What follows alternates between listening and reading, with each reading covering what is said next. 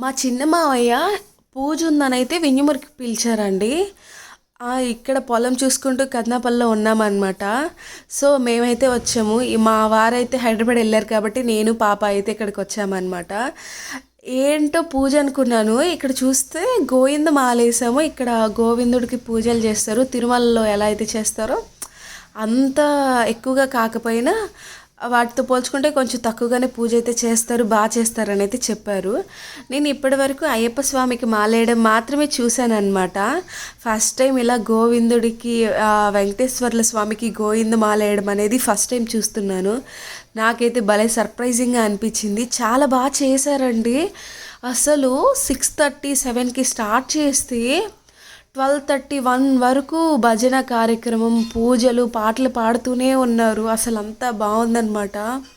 DJ వాళ్ళు music పెట్టారనమాట. ఇక్కడ స్వాములందరూ బాగా ఎక్స్పీరియన్స్డ్ స్వామి వాళ్ళు వచ్చి బాగా పాటలు పాడారు స్వామిని. నిజంగా ఈ పాటలకి, ఇక్కడ వేసిన భజనలకి, వీటికి ఆ వెంకటేశ్వర్ల స్వామి 7 కొండలు దిగి వచ్చి ఇక్కడ కొలువై ఉన్నట్లయితే జరిగిందనమాట. పూజ అంతా బాగా జరిగింది. ఫస్ట్ టైం చూశాను కదండి, నాకైతే షాకింగ్, సర్ప్రైజింగ్గా అనిపించింది అనమాట. మా మామయ్య గారు వచ్చేసి ఇప్పటికి ఇది 25th టైం అంట. ప్రతిసారి ఇలా అయితే వేస్తారంటండి. కార్తీక మాసం అయిపోయాక 41 రోజు అయితే ఇలా మాలలో ఉంటారంట. చాలా గొప్ప విషయం అండి. మా మావయ్య గారు అయితే ప్రతి సంవత్సరం కళ్యాణం కానీ ఇలా పూజలు చేస్తూనే ఉంటారు. అసలు మాకు 5 మంది మావయ్య వాళ్ళు ఉంటే మా చిన్న మావయ్య మాత్రం వీళ్ళందరితో పోల్చుకుంటే భక్తి చాలా ఎక్కువ. ఇలాంటి పూజలు బాగా చేస్తారు.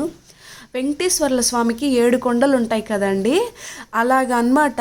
అరటి బెరడులతోటి ఇలాగ 7 మెట్లు అయితే రెడీ చేశారండి. మెట్టు మెట్టుకి 3 దీపాలు పెట్టారు. ఫ్రూట్స్ తోటి, ఫ్లవర్స్ తోటి డెకరేట్ చేశారు. చూడండి ఎంత బాగుందో.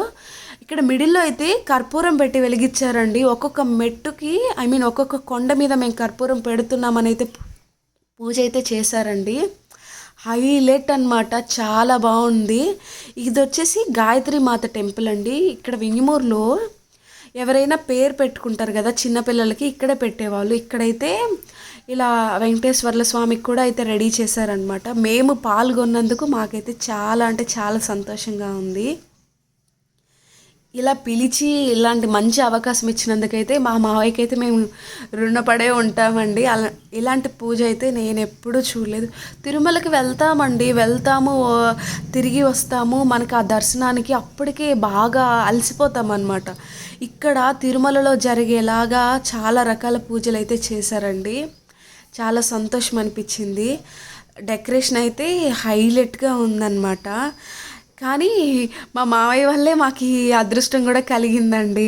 మా మావయ్య వాళ్ళు ఇలా 25th టైం వేయడం, మేము రావడం చాలా సంతోషంగా అనిపించింది.